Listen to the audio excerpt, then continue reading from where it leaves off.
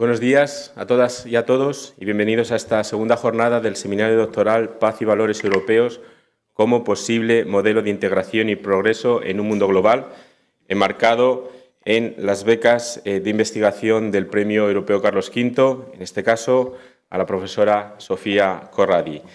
Iniciamos esta segunda jornada, cuyo primer bloque estará presidido por Delia Manzanero. Ella es presidenta de la Asociación de Filosofía Bajo Palabra y doctora y profesora de Filosofía del Derecho de la Universidad Rey Juan Carlos. Me agrada además comunicarles y destacar que es miembro de la Red Europea de Alumni de Juste, lo cual significa que ha sido una de las personas que se ha beneficiado también de una de las becas de investigación de uno de los anteriores premiados, en este caso fue de don Javier Solana Madariaga. Además, ha sido miembro del jurado de estas becas y colaborador habitual también de la Fundación. Delia, muchísimas gracias por acompañarnos. Es para nosotros siempre un placer y un honor tenerte con nosotros. Tienes la palabra. Muchas gracias.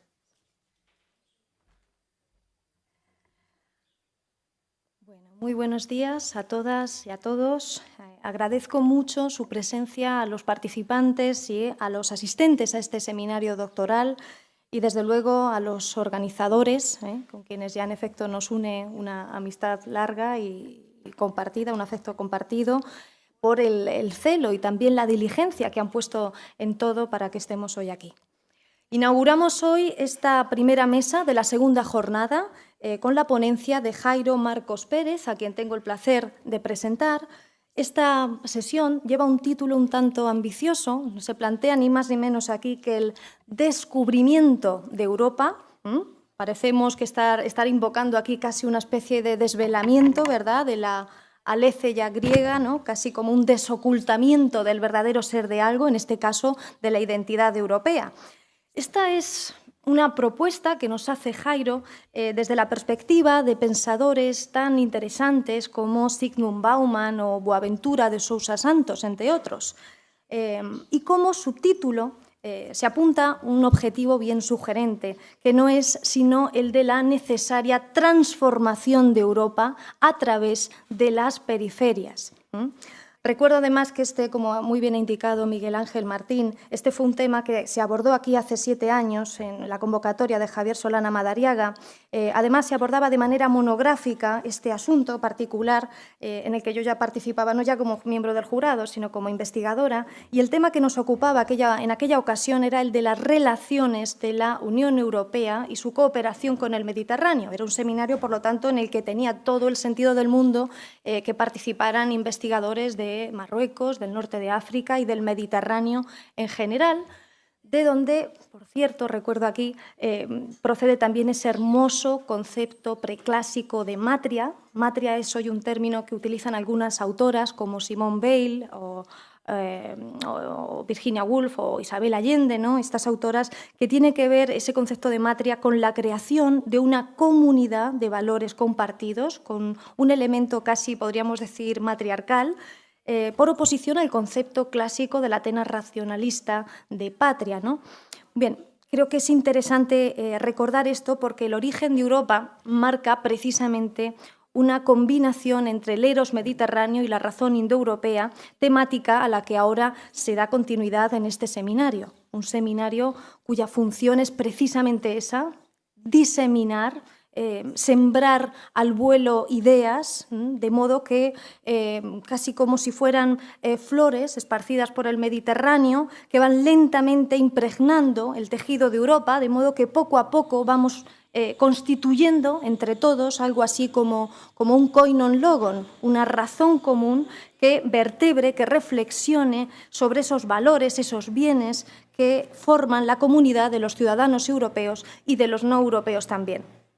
Jairo nos va a hablar sobre la necesaria transformación de Europa, porque en efecto de su ambivalente historia, él también señala que en efecto es una historia fraguada a medio camino entre la civilización y la barbarie. De esa historia, dice, solo cabe pensar y esperar su reconstrucción. Es hora también de construir otra Europa. Abrir Europa, desde luego, a los ciudadanos es algo que resulta hoy en día esencial si queremos salvar y fomentar también el renacimiento de un europeísmo integrador, social, sostenible y humanista, pero obviamente para conseguir más Europa, me refiero a la Europa de los derechos sociales, la Europa de la cultura, la Europa de las universidades, de la movilidad. Para conseguir esto es necesario más que nunca la creación de oportunidades, la creación de condiciones de posibilidad, de espacios de democracia participativa para la recuperación precisamente de esa esencia social de Europa. Volver aquí a la idea casi radical de Europa, cuando digo radical obviamente me refiero a las raíces, ¿no?, a sus bases fundacionales, como espacio para la igualdad, para la paz, para la solidaridad y la hospitalidad, que es lo que era Europa, ¿no? Algo que, bueno, esperamos que consiga imponerse con el tiempo a la Europa del euro, de la seguridad y de las fronteras, porque esta Europa también del Brexit, el divorcio entre las instituciones y los ciudadanos, es también la Europa que lucha por la unión de los europeos, por la superación de los nacionalismos excluyentes y por seguir buscando también un espacio de libertad y derecho, que es lo que siempre ha sido Europa, un modelo social civilizado que hace valer una voz universalista en el mundo, la Europa de la solidaridad y la Europa también, esto es muy importante, la Europa del porvenir de su juventud. Y aquí además tenemos un gran modelo en esa lucha educativa en la excepcional persona de Sofía Corradi. Bien, desde luego cuando digo que hay que humanizar Europa no significa con esto que haya que hacer algo así como extravagancias terapéuticas, sino que se trata más bien de abrir la posibilidad al reconocimiento de la existencia de los demás, es también implicarse en la tarea asistencial de garantizar el desarrollo de los más vulnerables, es arraigar en definitiva nuestras leyes en lo mejor de nuestro humanismo. Y para todo ello creo que es indispensable la educación. España y Europa son y han sido lo que son gracias a la educación y ciertamente yo creo que sin conocimiento, sin una revisión también filosófica como la que nos va a plantear hoy Jairo en esta conferencia, pues yo creo que no es posible progreso alguno. Ciertamente pienso que es así porque si no es desde su base ciudadana, desde la cultura, desde la educación, no podemos avanzar. A mí la verdad es que me emociona pensar que todavía estamos a tiempo, ¿no?, de seguir aquella proclama de Ibsen que decía que donde hay que hacer las revoluciones es en las cabezas, ¿no?, y que todavía es posible, por lo tanto, avanzar firmemente en esa vía más lenta, cierto, pero también más firme, más sólida, de un reformismo gradual y pacífico a través de la educación. Creo sinceramente que es en las aulas y en seminarios como este, en el que estamos hoy, en estos espacios digamos, inclasificables, ¿no?, donde se dan unas relaciones personales a veces indescriptibles, donde se da también una relación con el conocimiento y con los otros que a veces ni siquiera uno puede llegar a clasificar bien, es en esta pequeña catapulta, ¿no?, de nuestras posibilidades, en este espacio de diálogo abierto también a los medios, donde se incuba también un mundo que queremos diferente, ¿no? Creo, por lo tanto, que la educación es un arma necesaria para avanzar y para salir de la crisis económica y, desde luego, lo que sí es un elemento imprescindible para hablar de la integración de Europa. Yo creo que no hay ningún arma mejor que la educación para luchar precisamente contra los totalitarismos de cualquier época y, desde luego, contra los totalitarismos que están surgiendo en la nuestra. Yo creo que no hay ninguna, de verdad. Además, cuando pienso en estos temas siempre se me vienen a la cabeza las palabras de un profesor que tuve en la universidad, Ángel Gabilondo, a quien yo aprecio mucho, cuando él decía que el grito más insurrecto que había oído él en su vida, que además le gustaba repetir a sus alumnos, lo más insurrecto que había oído él en su vida había sido la llamada a las aulas. A las aulas. Ciertamente no es lo mismo que decir a las armas, sí, no es lo mismo contar con un libro que disponer de ejércitos y tanques, ya lo sabemos, pero bueno, esta es el arma de que disponemos, la inteligencia, la palabra, la educación, y con ellas creo que podemos luchar muy dignamente por esos valores humanistas que han de pensarse también desde lo que algunos, no sin cierto desdén o condescendencia, denominan o han denominado como las periferias, ¿no? Pues bien, de todos estos temas nos va a hablar ahora Jairo, nuestro ponente de hoy, así que adelante, perdón, Jorge, Jairo, el arma es tuya, ahora. Tuya es la palabra, así que te escuchamos con mucho gusto.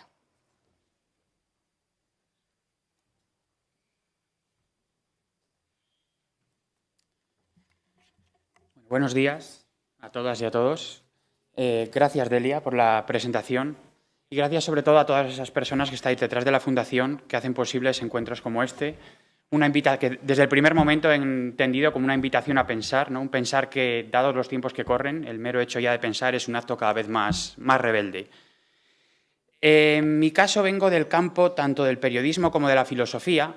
Mucha gente me pregunta que si tienen algo que ver en común y la realidad es que ambos conocimientos, ambas áreas pivotan en torno a la pregunta. El otro día estábamos charlando por la noche y nos decían que teníamos que hacer una serie de... que se suponía que nuestras ponencias iban a ser una aportación original. No sé si traigo una serie de soluciones originales. Me conformaría con que las propuestas que pongo encima de la mesa resulten cuestiones originales o al menos las cuestiones de siempre, pero pronunciadas o enunciadas desde diferentes lugares a lo que estamos acostumbrados. Dado que doy bastante importancia a la pregunta, tenía pensado comenzar preguntando qué es Europa. Me voy a centrar más en Europa que en la Unión Europea, pero en todo caso se podría aplicar. Y tenía, como decía, pensado comenzar preguntando qué es Europa, pero bueno, en la jornada de ayer ya estuve anotando algunos de los diferentes conceptos que aparecen ligados a Europa y anoté, por ejemplo, derechos humanos, paz, razón, libertad, progreso. Todos ellos los anotaba en mayúscula. Y es que cuando hablamos de Europa y lo relacionamos con la paz, no hablamos de una paz cualquiera, hablamos de la paz, hablamos de los derechos humanos, hablamos del progreso, hablamos de la libertad. Esto no es una casualidad. Si nos preguntamos el por qué, podemos encontrar la razón en que Europa es entendida como la heredera de la democracia ateniense, de la democracia griega, es heredera del espíritu conquistador forjado a lo largo de la modernidad. En definitiva, podríamos hablar, se suele hablar, de una excepcionalidad europea. Europa como centro y fin de la historia. Esto se traduce en la realidad en una hegemonía militar, hegemonía económica, hegemonía naviera, hegemonía filosófica, hegemonía cultural. Desde el siglo, prácticamente finales del XVII, siglo XVIII, que es el llamado siglo de las luces, Europa de alguna manera se considera que enciende las luces de la razón, deja atrás una etapa de oscuridad y se presenta al mundo como el progreso. La historia, esa historia en mayúscula, desde ese entonces, es una especie del suceder europeo. Todo lo que acontece en Europa va a ser la historia en mayúscula. Como telón de fondo de todo esto, tenemos una secuencia temporal: Grecia, Roma, Europa. Una secuencia temporal con una linealidad histórica. De Grecia a Roma, Europa, esa Europa se vincula con el Renacimiento italiano, es decir, estamos en la Italia del siglo XV. Se pasa posteriormente a la Reforma, Alemania del siglo XVI, a la Ilustración, Alemania de los siglos XVI a XVIII, al Parlamento británico, siglo XVIII, y finalmente a las revoluciones, tanto francesa como la industrial. Estaríamos entonces en la Francia y en la Inglaterra del siglo XVIII. Toda esta construcción, la filosofía es partícipe de ella. Es lo que un filósofo francés llamado Lyotard llama el gran relato. De ese gran relato participa, como digo, absolutamente toda la filosofía, prácticamente sin excepciones, la filosofía que se enseña en las aulas, la filosofía que nos llega a todos, los medios de comunicación participan de eso. Y cuando hablo de que toda la filosofía participa desde los ilustrados, hablo desde filósofos tan importantes como Rousseau, que era un crítico de la Ilustración, como el propio Hegel, sin el cual hoy no es posible hablar de filosofía, pero también de filósofos aparentemente tan críticos como Marx.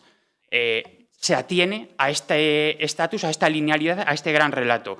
Por no hablar del padre de la sociología, como puede ser Max Weber, o como contemporáneos, como el ex eurodiputado Gianni Vattimo, que es uno de los filósofos con los que más trabajo en la tesis.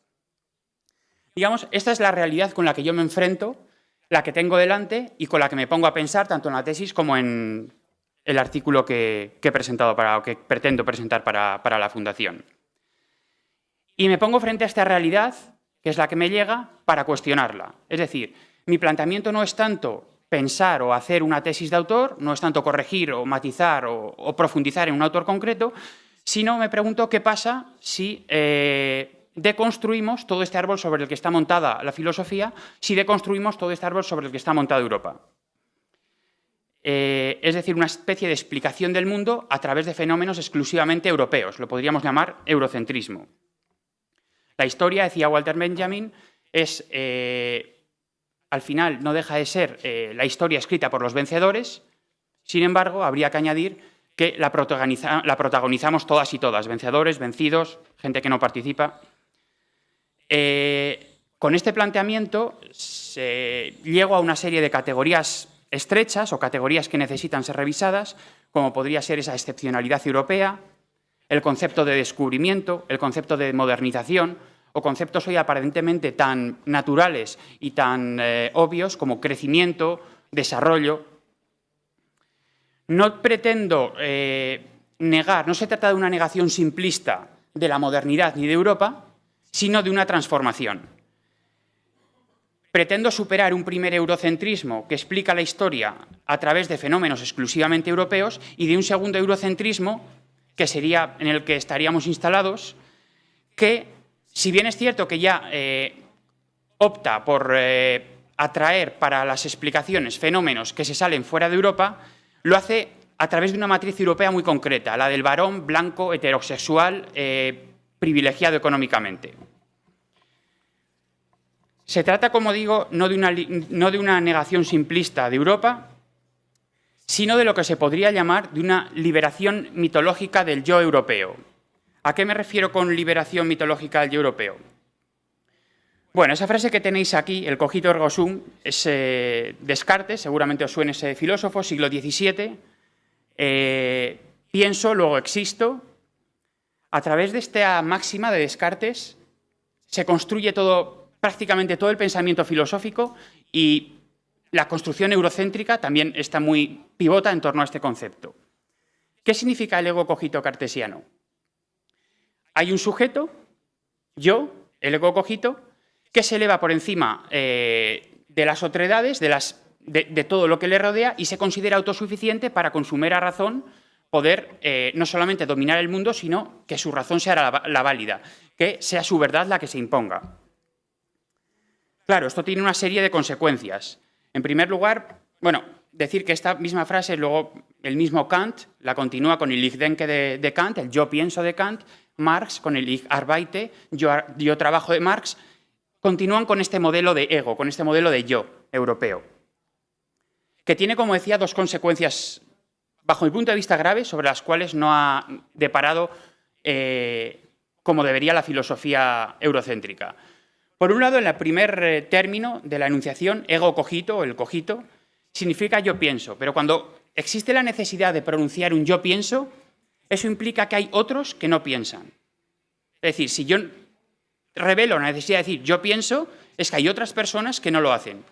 Pero el segundo término de la ecuación es todavía más grave. Si necesito decir yo soy, es porque hay otros que no son, que no existen. Es desde esos otros, desde lo que yo llamo periferias de geografía diversa, desde donde un poco sitúo la reflexión. Esas periferias de geografía diversa han sido llamadas de muy diversas maneras. Por ejemplo, Eduardo Galeano lo llaman los nadies, Boaventura de Sousa Santos lo llama las ausencias, Fran Fanon lo llama los condenados de la tierra. Hay diferentes maneras de nombrarlo. En definitiva, se trata de convertir el espacio, ese espacio del que hablábamos el otro día, en una esfera conflictiva, no únicamente de fronteras físicas. La Unión Europea tiene fronteras físicas, el mundo exterior tiene fronteras físicas, pero es que además de las fronteras físicas hay fronteras de género, hay fronteras económicas, hay fronteras culturales. Y es que al final, si nos ponemos a pensar, no es lo mismo nacer en Chiapas que nacer en París, no es lo mismo nacer hombre que nacer mujer, o ni siquiera que salirse del binarismo de género, no es lo mismo, en términos culturales, dirigir una orquesta sinfónica que tejer mimbre, o no es lo mismo ser un ferviente creyente del crecimiento económico que apostar por el buen vivir. Toda esta fabricación ideológica, como fabricación ideológica, es una fabricación interesada. Entonces, la construcción de Europa, del concepto de Europa, entiendo que bebe de esta construcción ideológica. Se establecen dos términos de una dicotomía, dos términos en una relación, o una jerarquía de términos asimétricos. Por un lado, el yo, lo mismo, la totalidad. ¿A qué me refiero con eso? El yo suele ser identificado con lo europeo, el hombre, el varón, el blanco. Por otra parte, la alteridad, los otros, los no humanos, las mujeres. Evidentemente, todo el poder cae en el peso en el primer polo. Posteriormente, la filosofía da un segundo paso y se puede hablar de la culpabilización del otro, del polo débil. ¿A qué me refiero de culpabilización? Aristóteles hablaba de que el esclavo es por naturaleza esclavo. Eso se podría traducir como hoy los llamados países subdesarrollados son por naturaleza subdesarrollados y, por lo tanto, debemos exigirles un sacrificio para que se modernicen. No solamente es la única consecuencia.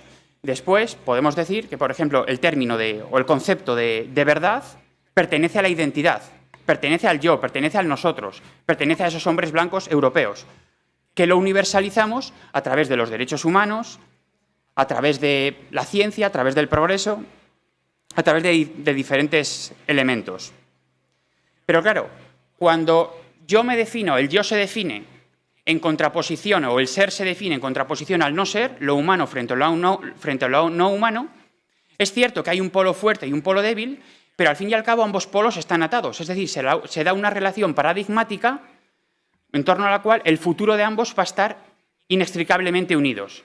Eso es lo que yo llevo al terreno europeo, en este caso, para decir que Europa no puede ser sin las múltiples periferias que la construyen.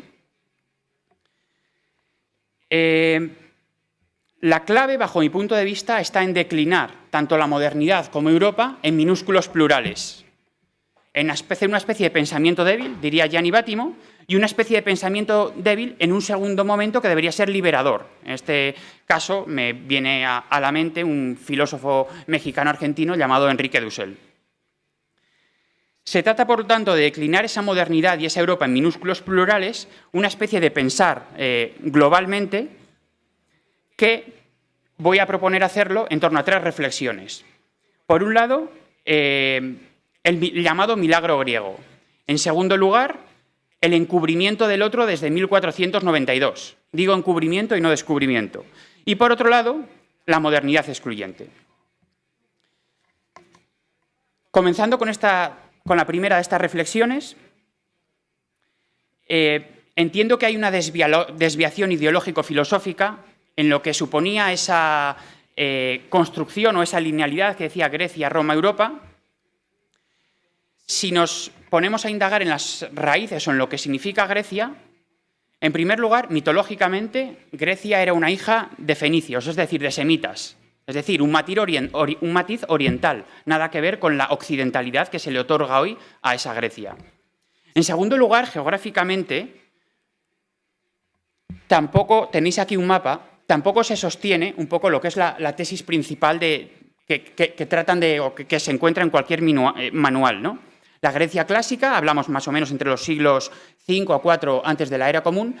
El mundo griego es lo que tenéis en rojo, marcado en rojo. Fuera de ese mundo griego, es decir, todo lo que está en blanco, estaría ahí lo bárbaro, lo inhumano, lo incivilizado por excelencia. Curioso que si nos fijamos en el mapa, ese situarse de lo bárbaro, lo incivilizado, es donde posteriormente va a estar la Europa, esa primera Europa, ¿no? Esa Europa fuerte de Alemania, de Francia, bueno. El posterior imperio romano, siglos después, tampoco cambia la situación.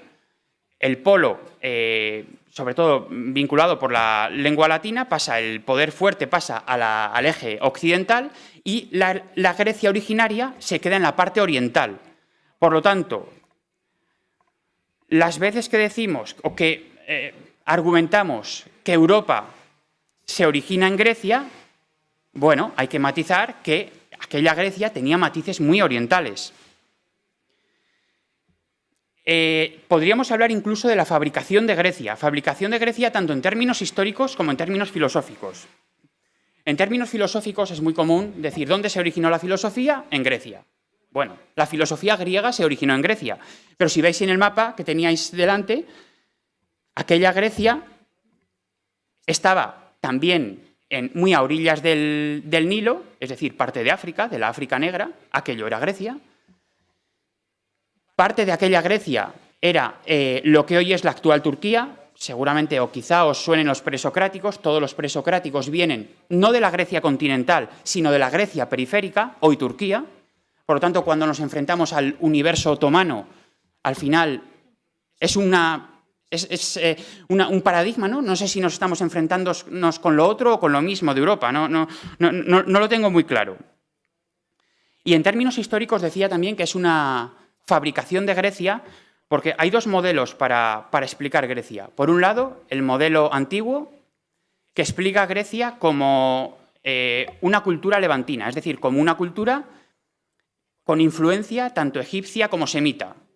Ese es el modelo con el que crecieron los propios griegos, que eran conscientes de que habían recibido la influencia de otras culturas.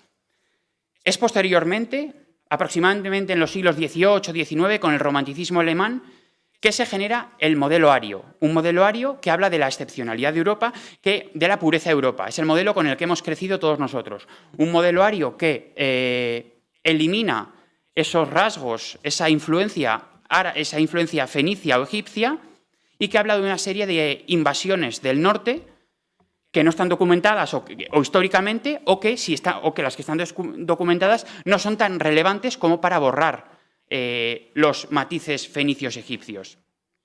Pensad que para los románticos alemanes que buscaban la pureza era impensable en el siglo XVIII que Grecia, que era considerada lo máximo de Europa, la pura infancia de Europa, la pureza, tuviera cualquier tipo de relación con culturas como la africana, que tenía un pasado colonial y negro africano, ¿no? Y esclavista. De todo esto, de aquel romanticismo alemán, posteriormente es la falacia desarrollista, una interpretación de la historia que cree en la linealidad histórica, la que vincula aquella Grecia y aquella Roma con la actual Europa. Claro, pero fijaros que de Roma a Europa, hemos dicho que se pasa al Renacimiento italiano, siglo XV, medían 15 siglos aproximadamente. ¿Cómo se llena ese espacio de 15 siglos? Bueno, ahí entra en juego la hipótesis racista. Con hipótesis racista me refiero a la aplicación de las tesis de Darwin, es decir, la selección natural de las especies, sobreviven los mejores, los más aptos, los más altos, los más rubios, los de ojos azules. La aplicación de esas posiciones del mundo natural a la geopolítica o a las relaciones internacionales. En un primer momento podemos hablar de racismo genético, esa excepcionalidad de Europa, los europeos se consideraban genéticamente superiores al resto de culturas, y posteriormente sí que es cierto que ese racismo se ha matizado y se puede hablar de un racismo geográfico que se sigue dando hoy en la contemporaneidad. Por ejemplo, cuando se habla de las dos Europas, qué curioso que la Europa de segunda velocidad siempre esté en el sur. Cuando se habla del primer mundo y del tercer mundo, qué curioso que los llamados países del tercer mundo pertenezcan al sur. O cuando se habla el acrónimo inglés PIGS en relación a Portugal, Italia, Grecia y España, qué curioso nuevamente que sean países del sur, de la periferia de Europa. Es esa hipótesis racista en el ámbito geográfico. Resumiendo, lo que quería decir en este primer caso es que esa secuencia Grecia, Roma, Europa no es nada simplista. Como tenéis un poco en el cuadro conceptual que tenéis en la pantalla, la Europa moderna entronca con Grecia no solamente a través del mundo grecolatino occidental, sino también del mundo árabe musulmán, negro y también judío. Será solamente posteriormente, ya con el Renacimiento, cuando se enfrenta al Imperio Otomano y cuando la falsa ecuación de occidental igual a helenístico más romano más cristiano tenga éxito. Por cierto, este tercer término de cristiano, que también es otra de las identidades que se utiliza para definir Europa, habría que ponerlo en cuestión, en primer lugar, porque el cristianismo no nació en París o a orillas del Rin, porque el cristianismo nació como una religión contestataria, entonces habría que matizar mucho, pese a que desde el Sacro Imperio Romano hablamos del cristianismo como identidad europea. Habría que distinguir también entre lo que es cristianismo y lo que es cristiandad, ¿no? Hasta ahí, digamos, la primera reflexión en torno al milagro griego. La segunda, que quería poner sobre la mesa, es el encubrimiento de los otros. Nos situamos en la Europa de finales del siglo XV. Europa por aquel entonces era una cultura tanto periférica como secundaria. No podemos olvidar que Europa, por la parte del este, por aquel tiempo, estaba sitiada, o que su límite por la parte del este estaba prácticamente en la actual Viena, a las puertas de la actual Viena. Hasta 1615 estuvo, no, hasta 1600, un poco más tarde, 1681, estuvo el Imperio Otomano. Por ahí Europa no tenía salida. Claro, por el sur, hasta Sevilla, podía. Pero más allá de Sevilla se encontraba con otro mundo cultural, con el mundo cultural islámico, mundo cultural árabe. Tampoco tenía salida por ahí. ¿Qué se hace entonces? ¿Qué sucede a finales del siglo XV? Bueno, Europa deja atrás al Mediterráneo y se abre al Atlántico. Ese abrirse al Atlántico supone, epistemológicamente, o supone para la construcción del yo europeo, un gran cambio. Europa no solamente deja atrás al Mediterráneo, sino que Europa deja atrás a la Edad Media europea. No solamente a la Edad Media, porque muchas veces cuando se habla de los periodos de la historia, decimos Edad Media, ¿no? Esa edad comprendida aproximadamente en torno a los siglos XII, XV. Claro, la Edad Media europea coincidió, simplemente como nota al margen, con el momento de máximo apogeo del mundo musulmán. Por lo tanto, nuestra Edad Media, nuestra Edad Oscura, coincidió con la Ilustración del mundo árabe. Así que, bueno, simplemente como nota al margen, decir que cuando se habla de Edad Media habría que matizar Edad Media de quién, ¿no? Decía que a finales de ese siglo XV Europa se abre al Atlántico. Es primero con Portugal en 1415 que toma Ceuta en el continente africano. Europa se enfrenta al otro africano, llega al otro africano y en 1492 es la llegada a Amerindia, a América. Europa, centro y fin de la historia, se comienza a darse cuenta de que hay otros. Unos otros que están en las Áfricas, Áfricas en plural, África no es un país, África es un continente con 57 países, a los otros de la India, a los otros de China. De todos estos otros, el de mayor importancia por la radicalidad que supone esa otredad, ese no ser, porque no se conocía su existencia, es el otro amerindio, es el otro indígena. Aquí voy a abrir un pequeño paréntesis. Cuando hablamos de descubrimiento, el mero hecho de descubrir nos sitúa ante dos presencias. Por una parte, un sujeto agente, que es el que descubre, y por otra parte, un objeto, lo descubierto, que en el mejor de los casos es un sujeto paciente. ¿Qué sucede? El sujeto agente descubre algo que ya estaba dado, que estaba en potencia. Potencia es un término un tanto filosófico, pero para que lo entendáis, un ejemplo de la vida real, una joven promesa, no sé, un futbolista, 16 años. Tiene todo el potencial futbolístico, pero hay que sacarlo. Es decir, el potencial está ahí, pero hay que sacarlo. Hay que poner esa potencia en acto. Bueno, pues con los descubrimientos sucede lo mismo. El objeto ya está ahí, ya está dado, o el sujeto paciente está en potencia, pero es el sujeto agente el que lo pone en acto, el que le quita un velo para revelar su existencia. Una existencia que ya estaba dada. ¿Cómo se hace esto? Cuando nos enfrentamos a algo totalmente novedoso, como era radicalmente otro, como era por aquel entonces el otro amerindio, el otro americano, como seres humanos, dado nuestra condición, nos es imposible abarcar una realidad radicalmente distinta. Otro ejemplo, si a un niño pequeño le intentas explicar lo que es un unicornio, probablemente la mejor forma no sea decirle que se trata de un animal mitológico, de características especiales. Lo mejor es que le digas es una mezcla de un caballo y un cuerno. Es decir, el niño pequeño va a comprender a través de elementos que ya sabe algo que es radicalmente ajeno a él. Bueno, esto trasladado a aquel finales del siglo XV significa que cuando los europeos se encuentran con el otro americano, terminan asimilándolo. ¿Cómo le asimilan? ¿Cómo le dan realidad? A través de una especie de culturalización, de una civilización, de una conquista. Se produce, claro, la ilusión ética de que Europa considera que puede vivir sin los otros. Es decir, asimila tanto a esos otros que los conquista, que los domina, que los doblega, que viola a sus mujeres, que los esclaviza. Regresando a ese 1492, si nos preguntamos por ese sujeto agente del descubrir. ¿Quién era el sujeto agente del descubrir?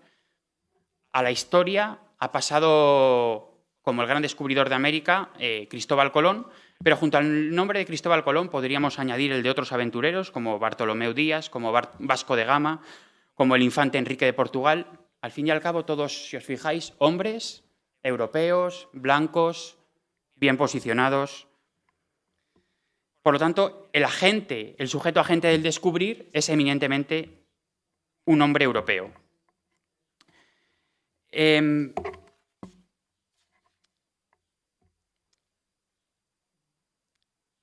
Cuando Cristóbal Colón parte de los puertos europeos, él lo hizo con la conciencia de que partía por el Atlántico tropical y que se iba a encontrar con las Indias. Es decir, ese mapa que tenéis ahí es de poco antes del viaje de Cristóbal Colón, 1489, y representa cómo, en la concepción de aquella época, el viaje de Colón significaba no encontrarse con un otro radicalmente distinto, sino encontrarse con otra parte de Europa.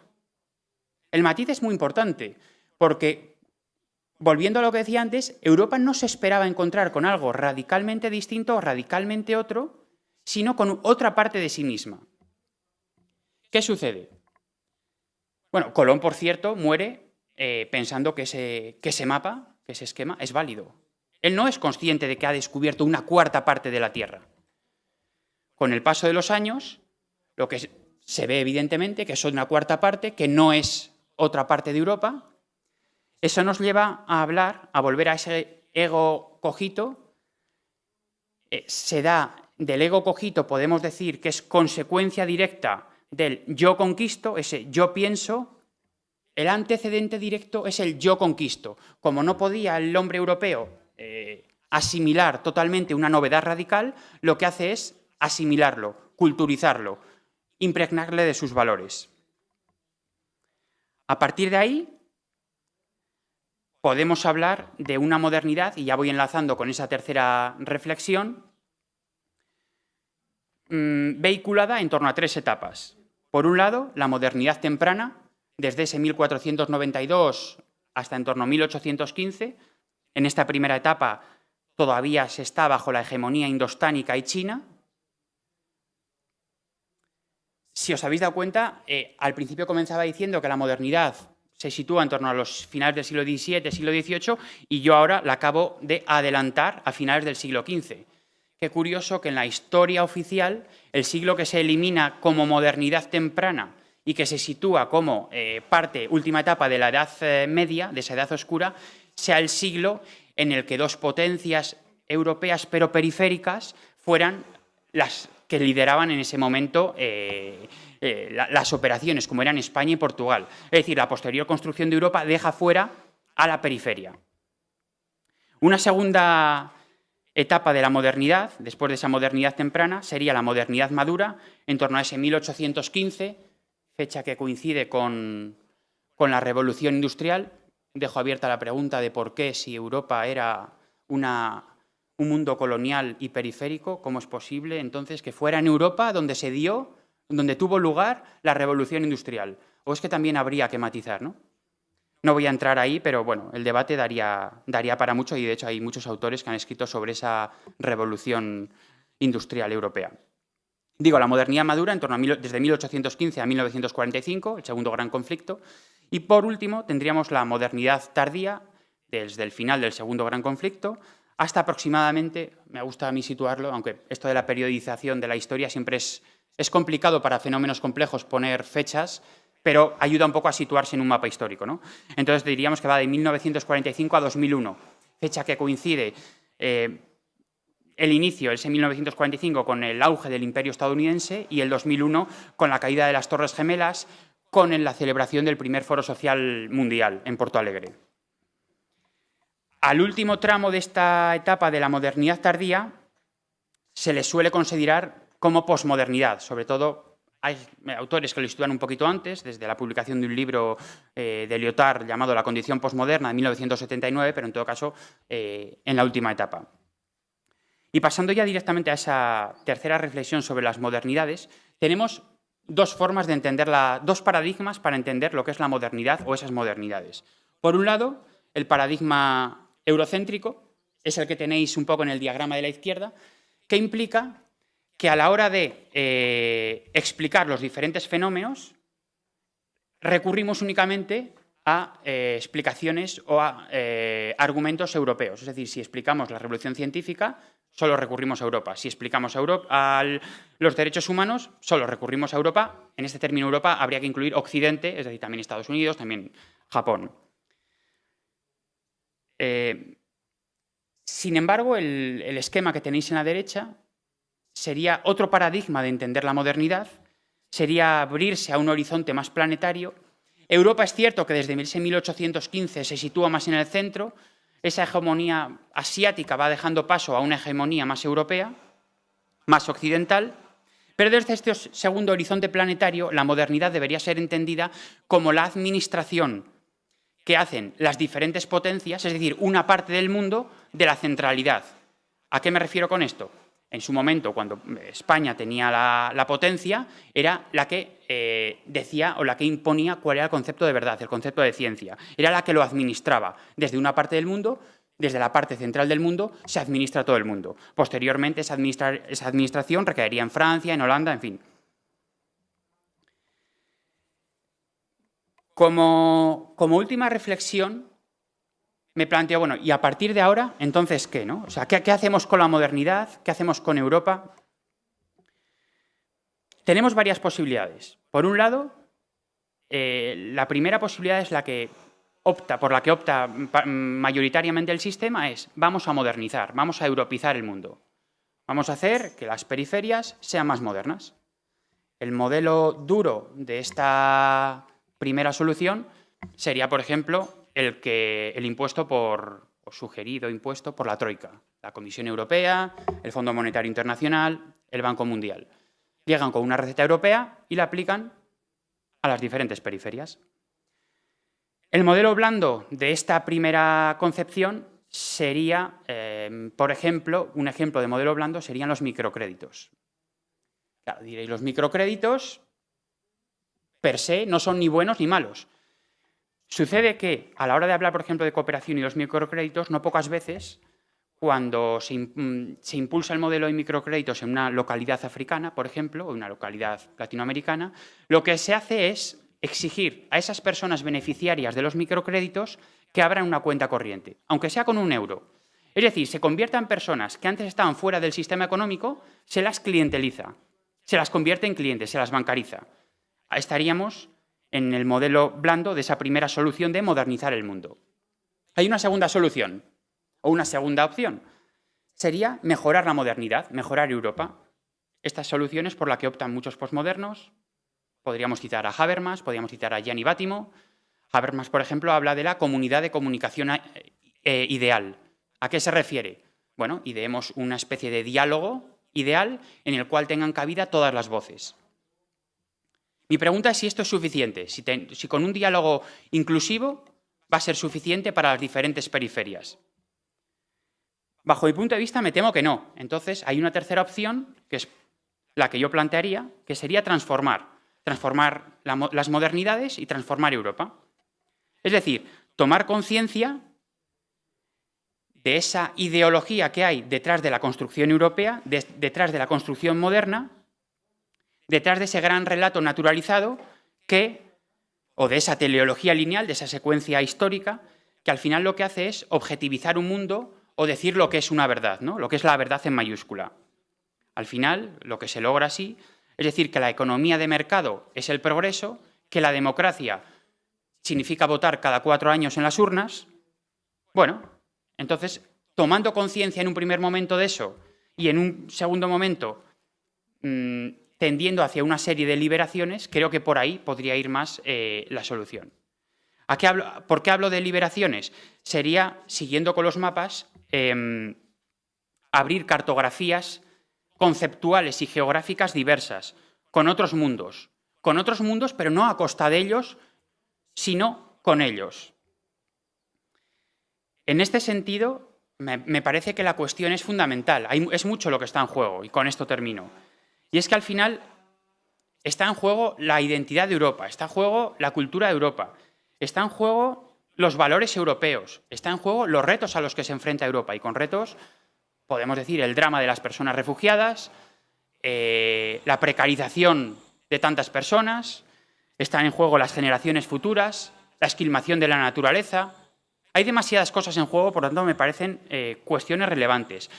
Creo que si Europa no reflexiona sobre su propia barbarie, pero no para autoflagelarse, sino para ser consciente de su propia identidad con los otros, va a terminar construyendo o siguiendo construyendo una no humanidad.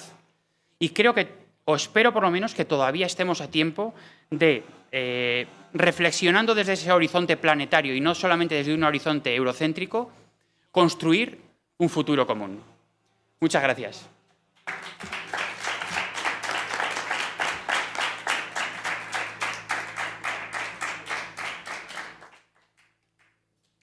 Bueno, muchas gracias, Jairo, por tu sugerente presentación. Desde luego has traído aquí a colación unas cuestiones muy complejas. Imagino que estarán deseando intervenir, habrá suscitado polémica y seguro que querrán hacerle llegar sus observaciones o preguntas al ponente, así que abrimos un turno de debate para que puedan plantear sus cuestiones.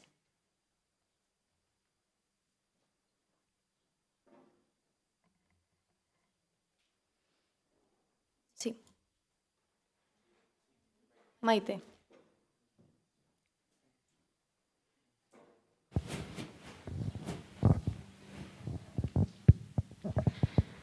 Gracias. Pese que yo no, mi tesis no la veo desde esta perspectiva porque analizo los archivos europeos, entonces tengo una perspectiva europea sobre América Latina. Me pareció súper interesante porque muchas de las cosas que tú decías le hablaban a mis archivos, comentarios o ideas que yo he encontrado, que no me he centrado necesariamente en ellos, que hablan mucho con lo que tú dices. Por ejemplo, por eso es más un comentario que una pregunta. Por ejemplo, alguna vez en el Parlamento Europeo, un parlamentario evidentemente de derecha, hablaba que los latinoamericanos no nos queríamos ayudar y que era nuestra culpa o de estar en su desarrollo, etcétera, ¿no? Obviamente, al haber diferentes voces en el Parlamento, eso hizo que el discurso organizacional no fuera así, porque también había partidos de izquierda, especialmente en los 80s, la mayoría en el Parlamento. Entonces, al final el discurso era hay que ayudarlos a ayudarse. No tan extremo, pero igual es sugerente. Y otro tema, por ejemplo, era con que me hiciste recordar, fue el tema de la droga. Otro parlamentario de derecha decía que se tenía que atacar el problema de la droga porque se tenía que proteger a las juventudes en Europa.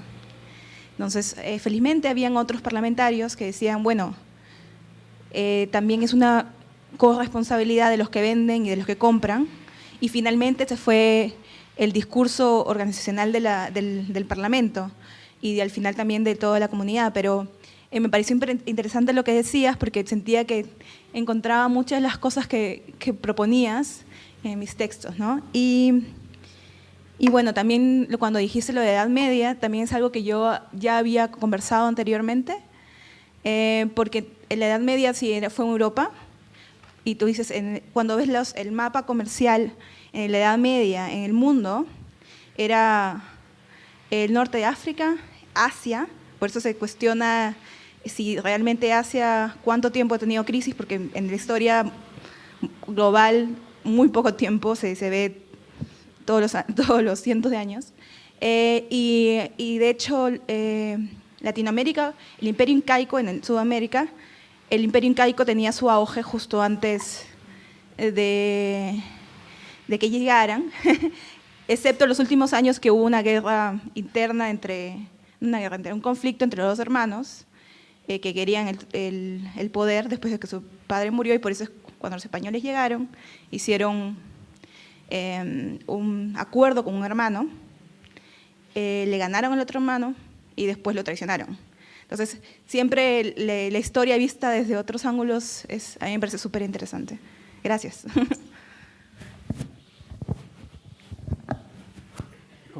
Sí, gracias a ti por el comentario. Simplemente decir que, fíjate que más allá de una cuestión de derechas o izquierdas, también muchas veces me sorprende cómo la propia izquierda europea sigue enrocada en mitos, ¿no? Esa construcción ideológica en temas como el crecimiento. Es decir, sigue empeñada, es decir, que sí que es cierto que el crecimiento económico lo sitúa tal vez pivotando en torno a otro punto o a otro eje que no lo hace la derecha, pero al fin sigue hablando de crecimiento. Como los sindicatos del norte se olvidan muchas veces de que lo que es una reivindicación en el norte puede ser un perjuicio para el sur, ¿no? Entonces, que no es tanto una cuestión de derechas e izquierdas, sino una cuestión quizá más transversal.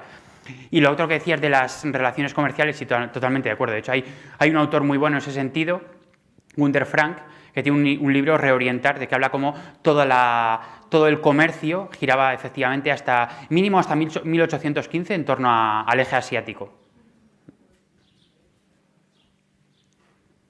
Muy bien, no sé si hay otra mano alzada. Sí. A ver cómo te lo pregunto. Vale. Ya. De una frase como pienso, luego existo, ¿cómo llegas al ego europeo, blanco, masculino, alto, de ojos azules? O sea, me refiero, de una frase, no sé, que se puede interpretar de muchas maneras, has llegado, digamos, a lo que es el núcleo de tu tesis, en lo que has basado un poco la historia de Europa, y quiero saber, o sea, en qué autores te has basado, si es... ¿Otras citas de otros autores te han llevado a lo mejor a replantearte esa propia reflexión o lo tenías claro desde el principio el enfoque que le iba a dar? Sí, no, bueno. No sé si me has entendido la pregunta. O sea, sé que más o menos lo has explicado porque, por ejemplo, los descubridores de América, pues has dicho que eran hombres, que eran europeos, etcétera. Pero creo que es mucho más profunda la reflexión que has hecho tú internamente y me gustaría eso, cómo has llegado de la frase pienso, luego existo, a el europeo es... Sí, si te dijera que he llegado yo solo, sería muy ingenuo pensar, ¿no? Que ninguna tesis se hace solo, por mucho que sea una tesis de filosofía.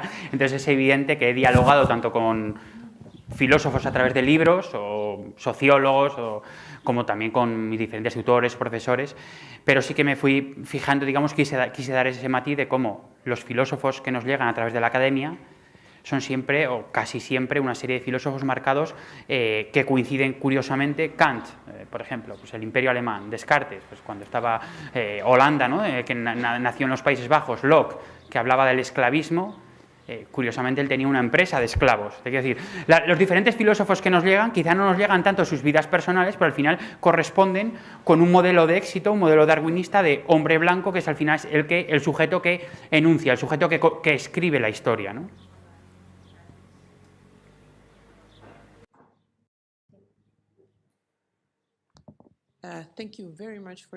Muchas gracias por su presentación. Ha sido muy refrescante el escuchar este enfoque novedoso de la historia europea. Recientemente leí un libro muy interesante de un profesor llamado Frank Opal.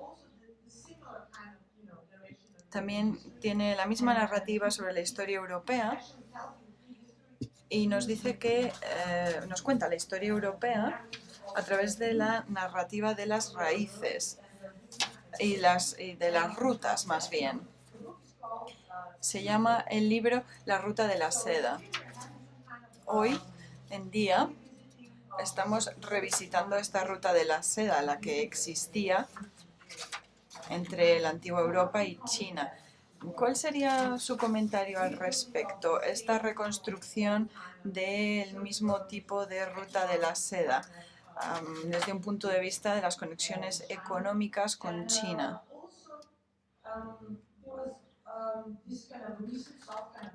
También existía la política blanda, que se va a convertir en algo muy importante en Europa, y es la superpotencia cultural de Europa.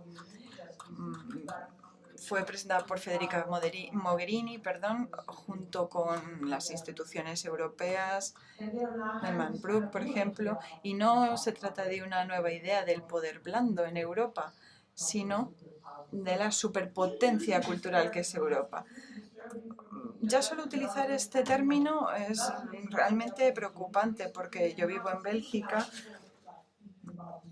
y ya no tienen imperio, pero siguen hablando de lo bueno que era el pasado cuando se tenían las colonias en África. Bibliográfica, porque sí que tenía conocimiento de este autor, pero no del libro, entonces a ver si tengo oportunidad de leerlo. Sí que es cierto que he tratado con otros autores, como pues hay Blaut, que habla de Black Athena, o diferentes autores que cuestionan esto. Claro, a la hora de plantear mi tesis, desde el primer momento estoy teniendo muchas dificultades, no solamente para encontrar un tutor que en Europa, porque tengo una codirección entre Europa y México, la UNAM de México, pero decía que aquí me resultó muy difícil encontrar a expertos en la materia, a un tutor que apostara por esta tesis. No tanto quizá porque no se atrevieran, sino porque me admitían su desconocimiento del tema. Yo les propuse una serie de autores y no hay expertos tanto en la materia, ¿no? Y lo que me decías del soft power, claro, a mí me ha recordado mucho cuando se habla muchas veces de la cooperación europea, ¿no? Que a veces bajo el término cooperación se esconden otras cosas, otros intereses económicos. Y también me ha recordado a que volviendo un poco a lo que exponía, ese 1492, que se habla de encuentro entre dos mundos, ¿no? Claro, hablar de encuentro cuando la realidad histórica dice que se produjo una masacre, me parece cuanto menos controvertido, ¿no? Son esos juegos de palabras que al final se utilizan políticamente para ir construyendo relatos, ese gran relato, para ir naturalizando una verdad, para ir dando una especie de objetividad, pasar un poco un baño de un barniz por encima de la historia y de la filosofía.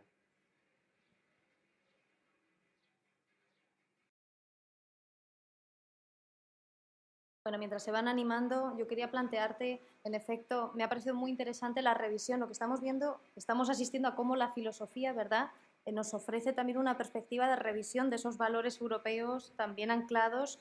Cuando llegábamos acá, muchos de nosotros nos preguntaron qué les diríamos a los alumnos que hoy en día que consideran que la filosofía no tiene utilidad ninguna. Entonces yo les invitaría a que vinieran a este tipo de seminarios y a que escuchen este tipo de discursos, que nos amplíen un poquito la perspectiva, porque si nos fijamos muchas veces nuestras leyes nacionales, europeas, se anclan y se autojustifican y autolegitiman en la Constitución.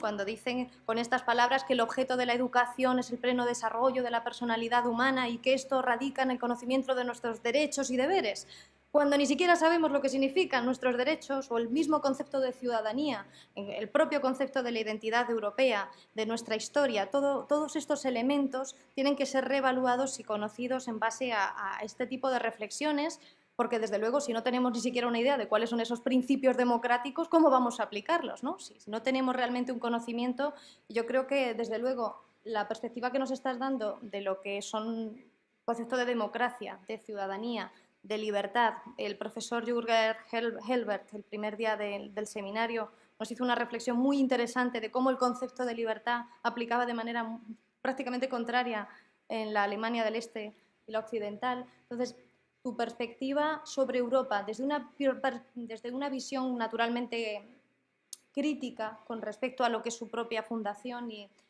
¿cuál sería un poco tu propuesta? Es decir, ¿en qué elaboraría, en qué línea de trabajo o de investigación propondrías para estos europeístas o para aquellos que consideran que Europa tiene que ser planteada en otros términos?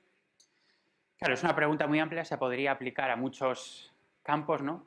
Pero por hablar de un concepto que has mencionado, el de ciudadanía, ¿qué tal si Europa, en vez de hablar de ciudadanía, hablara de cuidadanía?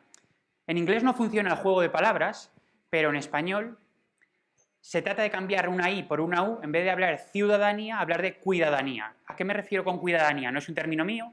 Desde la economía feminista se pone en valor, se valora, se da transparencia a cómo detrás de esa economía que hay del PIB, que es al final muchas veces lo que mide el devenir de un país que recibe fondos, que no recibe, que tiene que hacer ajustes presupuestarios o no, hay una serie de parámetros que ninguno de ellos miden la economía de los cuidados. ¿Qué es la economía de los cuidados? Lo que se realiza, todas aquellas actividades que se realizan dentro del hogar que también generan economía. Por ejemplo, Si un trabajador tiene que estar en su puesto de trabajo de 8 a 2 y de 5 a 7, es obvio que en algún momento tiene que comer, tiene que dormir, le tienen que lavar la ropa.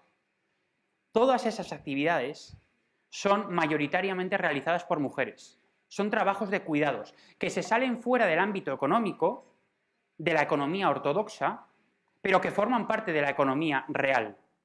Entonces, con este concepto de cuidadanía, se intenta poner sobre la mesa todos esos valores que hay escondidos, que hay invisibilizados, todas esas vidas de mujeres que también están sosteniendo la economía de un país.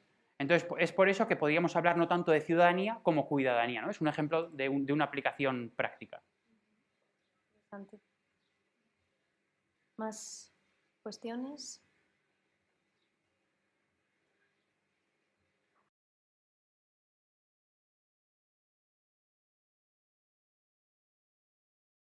Bueno, pues por seguir dialogando, porque desde luego es que has planteado temas verdaderamente cruciales ante este nuevo auge de la extrema derecha en Europa.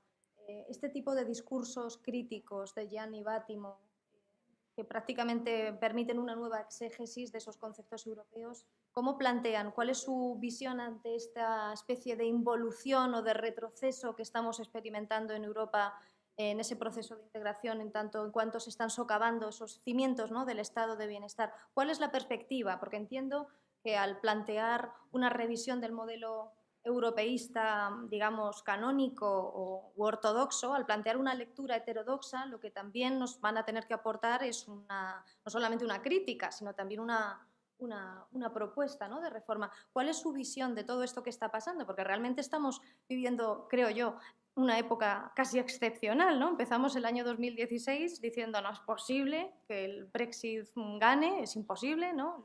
Dijimos Donald Trump no puede llegar a la Casa Blanca, ¿cómo va a pasar esto?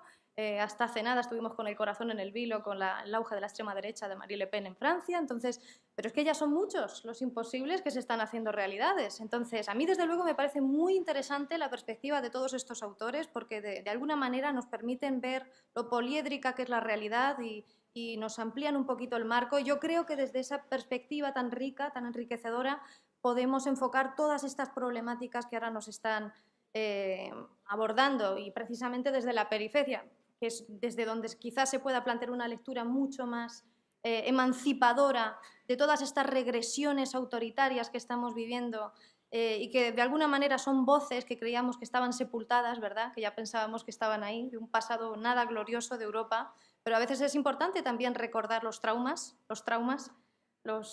Decía Hölderlin que solo de los momentos de mayor devastación, de mayor caída, solo de ahí es posible y cabe esperar un renacimiento, una reforma. Dentro de estos autores que tú te has trabajado también, ¿cómo ven ellos toda esta realidad que estamos viviendo? ¿Cómo analizan este nuevo auge? ¿Cómo lo estudian? ¿Que consideran que esto forma parte de una visión también eurocentrista, que solo se mira a sí misma y que envuelta en una especie de optimismo ciego desoye y desatiende las voces de la periferia que les están avisando de que algo está tomando un derrotero? ¿O cuál es su perspectiva? ¿Cómo Gianni Vattimo y estos autores? Claro, finalmente, si un poco establecemos el mapa geográfico de Europa, todas estas expresiones políticas que se están dando no dejan de ser una especie de enrocamiento, de defensa. Cuando el yo europeo está amenazado, al final te acabas enrocando, te acabas defendiendo en tu propia fortaleza. Quien dice el yo europeo puede decir el yo francés, el yo italiano, el yo español. O sea, al final se trata de esas defensas ya como a la desesperada de ese ego europeo majestático, de ese ego abstracto que se ha creído que no puede convivir con nosotros. Entonces un poco la propuesta sería ¿qué pasa si debilitamos la identidad europea, si lo declinamos en múltiples plurales para hablar de Europas, para decir que Europa no es una, que Europa es diversa, no por eso tiene por qué perder la unidad? ¿Qué pasaría si a través de ahí, si esa identidad más débil, si seguiríamos teniendo tantos problemas, ¿no? Sería un poco, yo creo, por ahí las propuestas.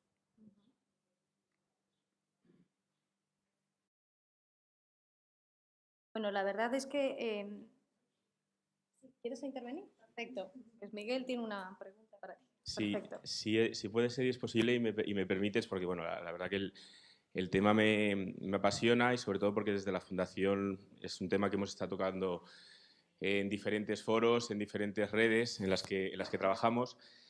Entonces, hay dos cuestiones que me han llamado mucho la atención. Por un lado, cuando has puesto ese mapa, que no sé si lo podemos volver a poner, ese mapa del Mediterráneo, donde digamos que desde la Grecia antigua se considera el centro del mundo, esa parte, ¿no?, del Mediterráneo, esas costas, que es donde se comerciaba, donde había una relación.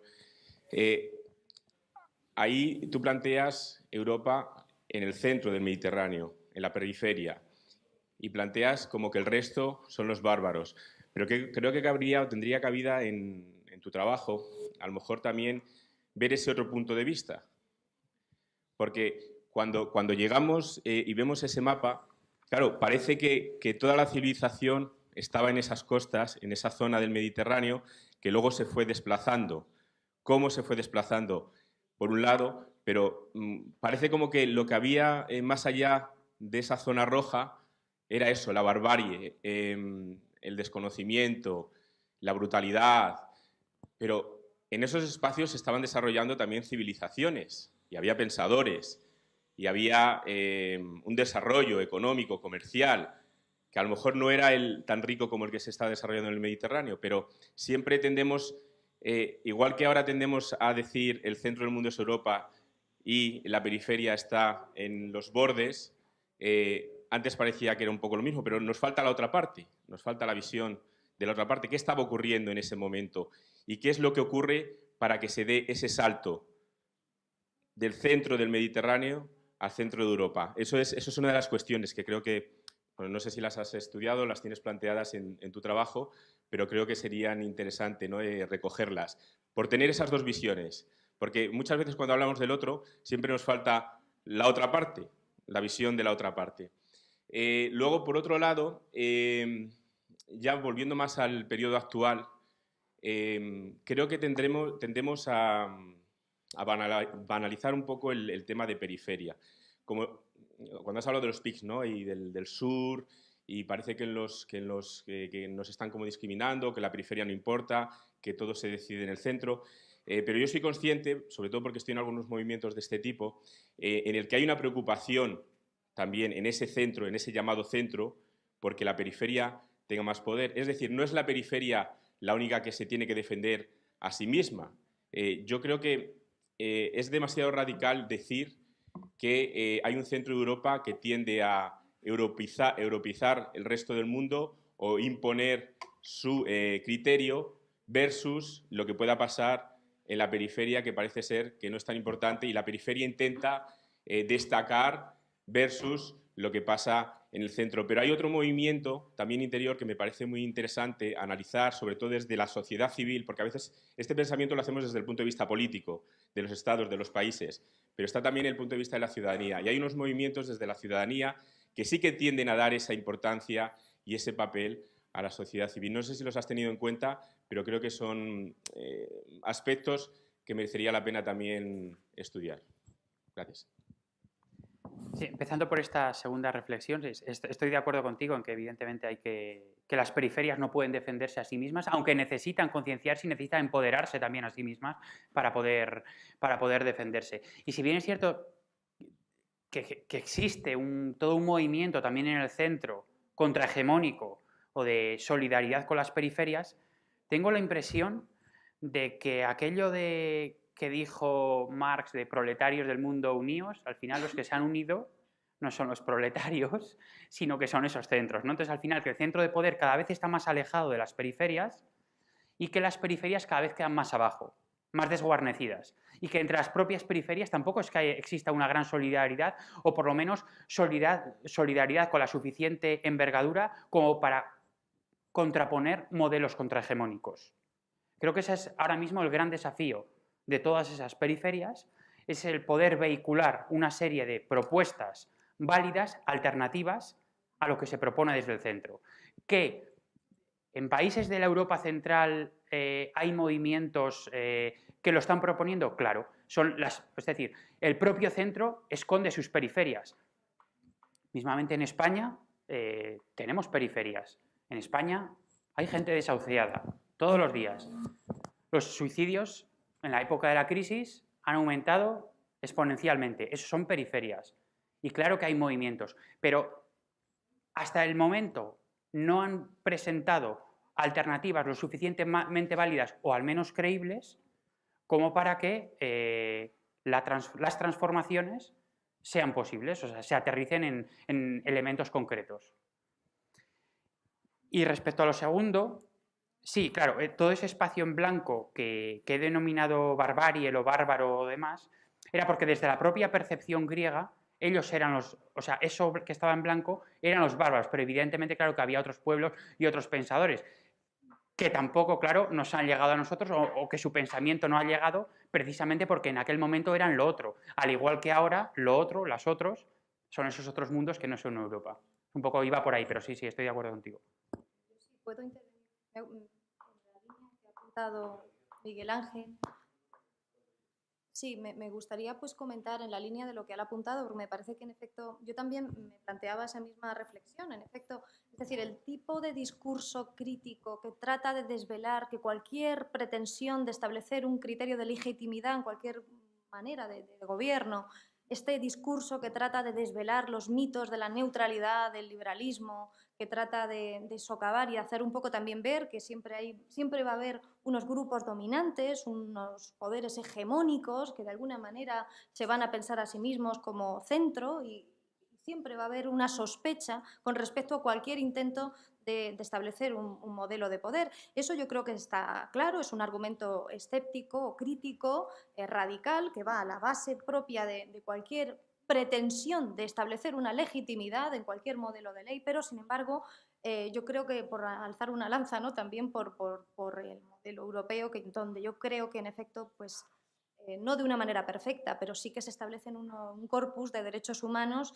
que por más críticos que seamos también con ellos, necesitamos tenerlos como asideros. Muy mal nos iría a todos si todos fuéramos escépticos, incluso pensáramos que todo se reduce a un campo político, de batalla, de la lucha de intereses de clase, de género, de raza, porque si todo se reduce a eso, mucho me temo que a los ciudadanos nos va a quedar poca esperanza si nuestros propios gobernantes fueran también escépticos en este sentido. Es decir, si todo se reduce a la lucha de poderes y de clase, es decir, hay como una especie de contradicción pragmática, porque al mismo tiempo que obviamente todo este tipo de discursos lo que están haciendo es posicionarse al lado de los desfavorecidos, de los grupos minoritarios, reivindicar los derechos de aquellos países denominados del tercer mundo, ¿no? Para poder ponerles en su situación, pero mucho me temo que también estos propios países se encontrarían perdidos si no encontraran, ¿no? un reconocimiento también dentro de ese derecho internacional donde ellos tienen que tomar parte. Es decir, que hay un punto donde la crítica tiene que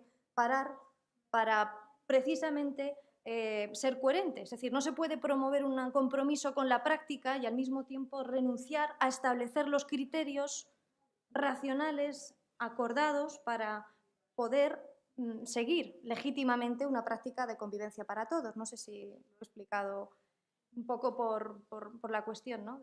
Sí, se trata en todo caso de cuestiones bisagra, que hay, evidentemente es una cuestión de o una escala de gradación, y sí que entiendo, o sea, no planteo yo una lucha de clases, para nada, la concepción marxista, sino que no se trata de liberar a los amos, de liberar a los esclavos, perdón, sino que las liberaciones deben abarcar a ambos, tanto a los amos como a los esclavos. O sea, eso sería un poco la alternativa.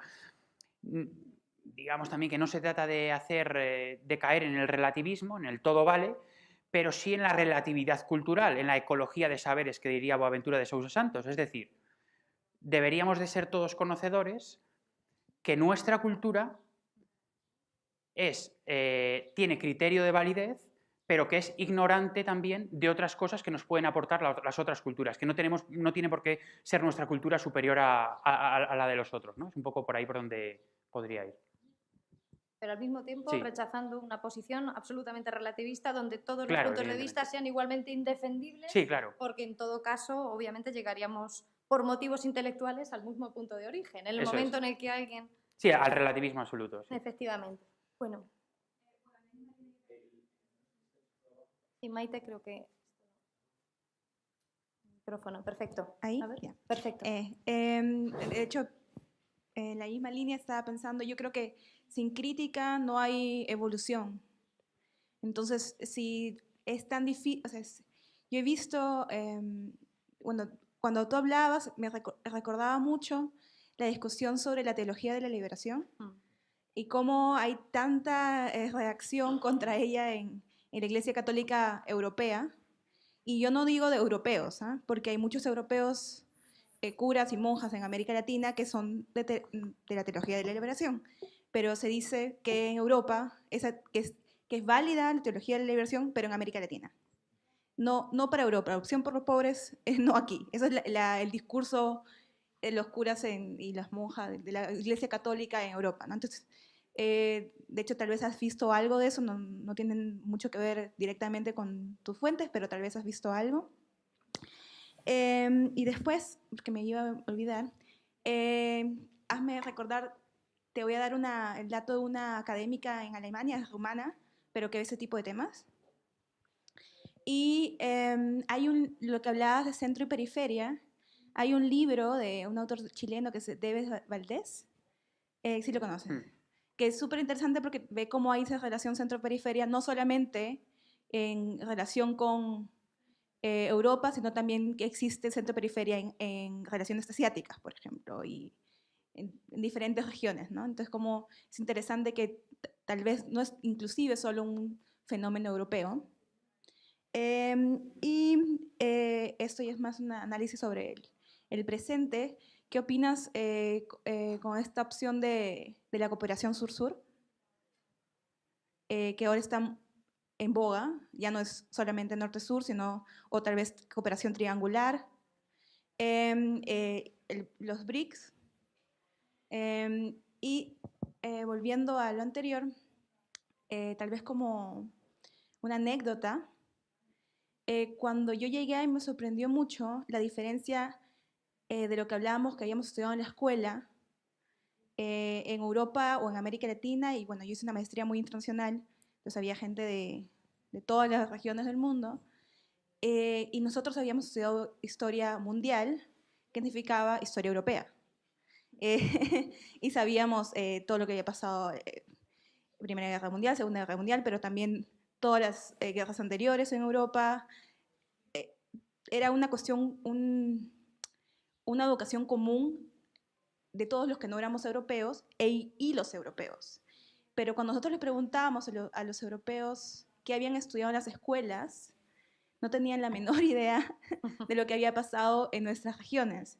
Y a mí siempre me llamó la atención, yo no he visto la currícula de la escuela en diferentes países europeos, pero por las preguntas personales, por lo menos no recordaban haber visto mucho más, que tal vez si estudiaron español, algún momento su profesor les mostró algo que había pasado en América Latina, pero no era parte de la currícula, ¿no? Tal vez eso sería interesante para tal vez conocer otras historias.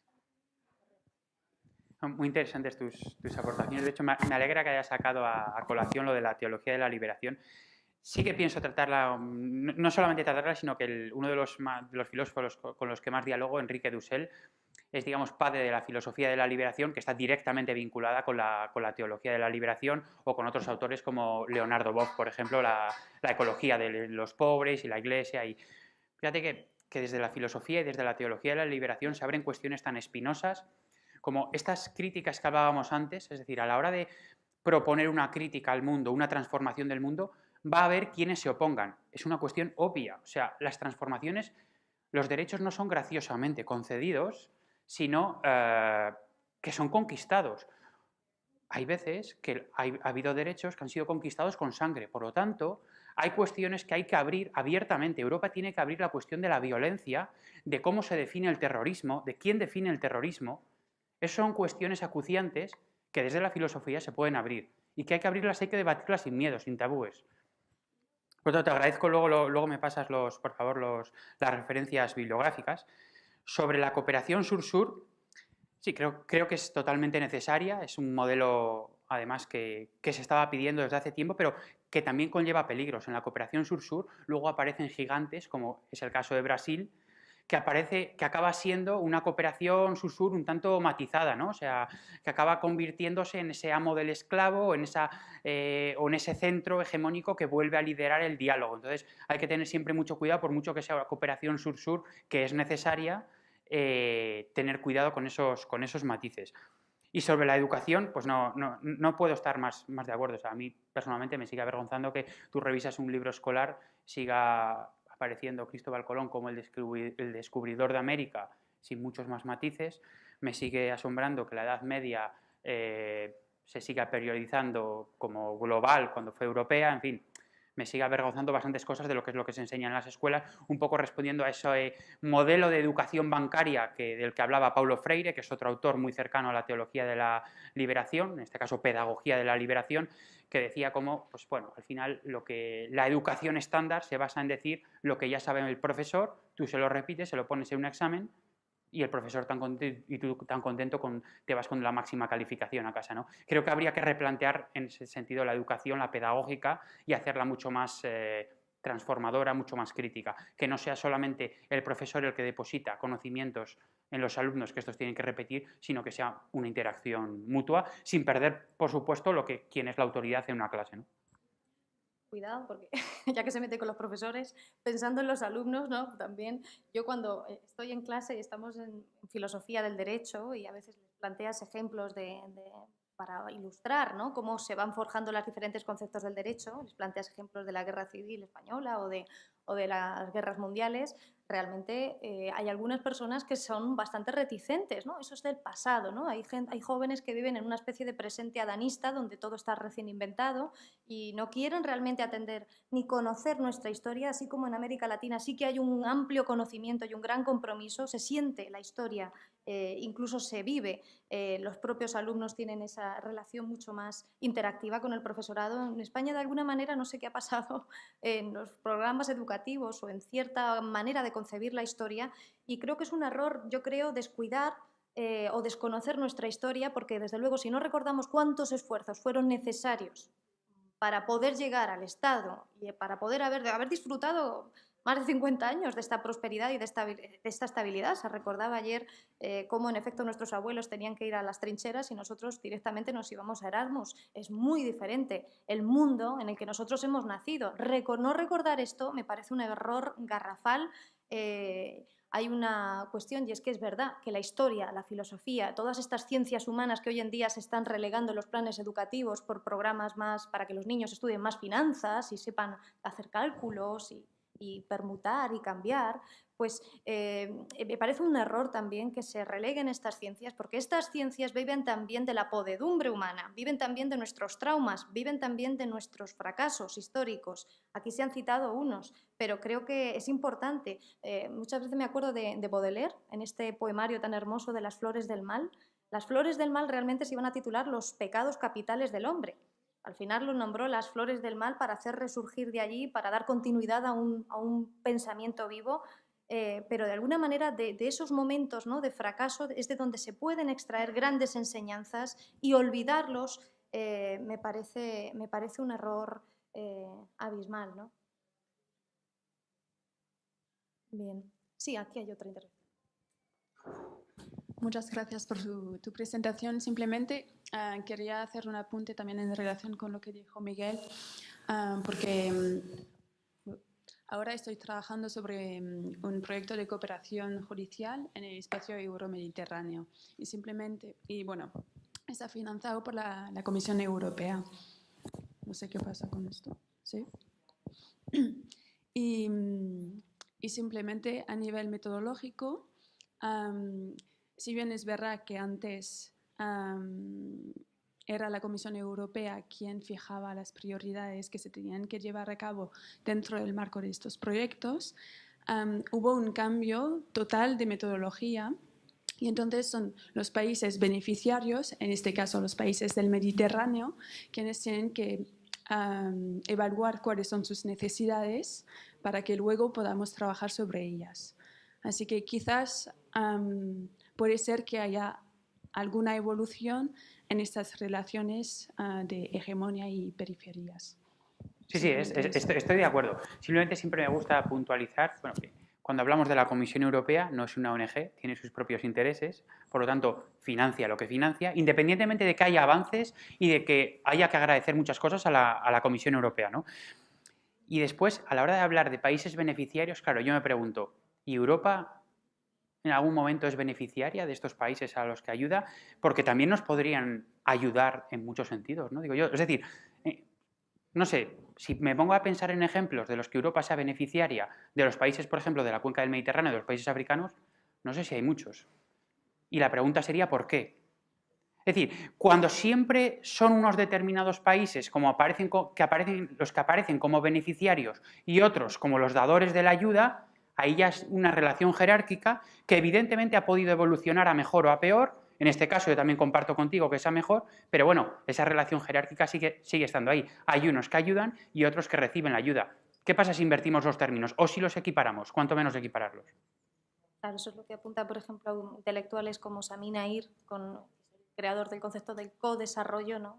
Precisamente no se puede concebir una Europa que no atienda a los países anexos y que no cuide de todo ese legado y de toda esa realidad que está ahí, que va saltando y que está muriendo en el Mediterráneo con unas estadísticas aterradoras, ¿no? Que es una realidad que es indignante, es indigna no para los pobres que están ahí, sino indigna para la reacción o no reacción que estamos teniendo, ¿no? con ese tipo de circunstancias, desde luego que sí. Decía este autor también que estaba Cassandra en el balcón de Europa para hablar un poco también de esa conciencia moral de Europa, ¿no? Como vaticinando que el desastre está por llegar todavía estamos a tiempo de reaccionar. Esto no es una realidad a la que estemos abocados como si fuera un destino, una tragedia griega, sino que todavía estamos a tiempo de reflexionar y tomar partido. Desde luego, para eso es muy importante no cantar victoria, es decir, no hacer un discurso autocomplaciente donde todo esté cerrado, todo esté por hecho, sino que nos atrevamos a mirar también ese incierto futuro europeo con una mirada también crítica, porque solo así vamos a evitar un final que sea decididamente trágico, ¿no? En fin, no sé si hay algo más que quieran aportar o hay alguna... Miguel, ¿tú qué me dices? Solo una puntualización también. Mucho cuidado con los términos como desarrollo, porque también conllevan toda una ideología detrás. La era del desarrollo la abrió el presidente norteamericano Truman en su discurso de investidura.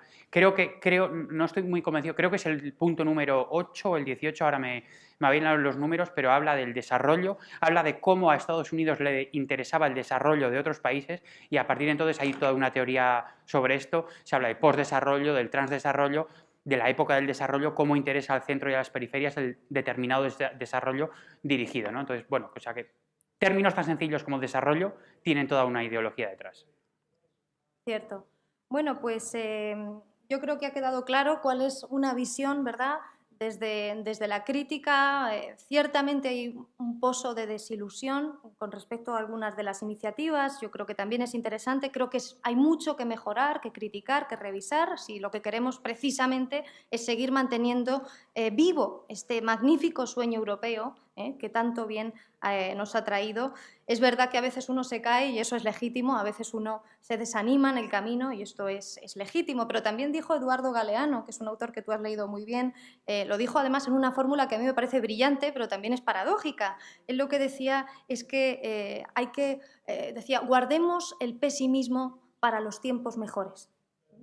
Que a mí me parece una frase que lo resume todo, porque en efecto, esto él además lo leyó en un graffiti, en una pared de Bogotá.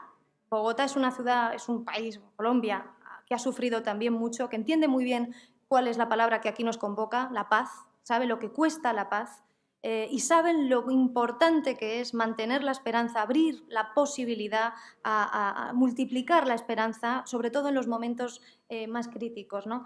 Y yo creo que, bueno, en estos tiempos confusos en los que estamos, este tipo de discursos nos hacen reflexionar, pero no nos tenemos que quedar ahí, hay que moverse un poco, ¿no? Hay que agitarse y salir un poco de esa nostalgia del intelectual para poder tomar partido, ¿no?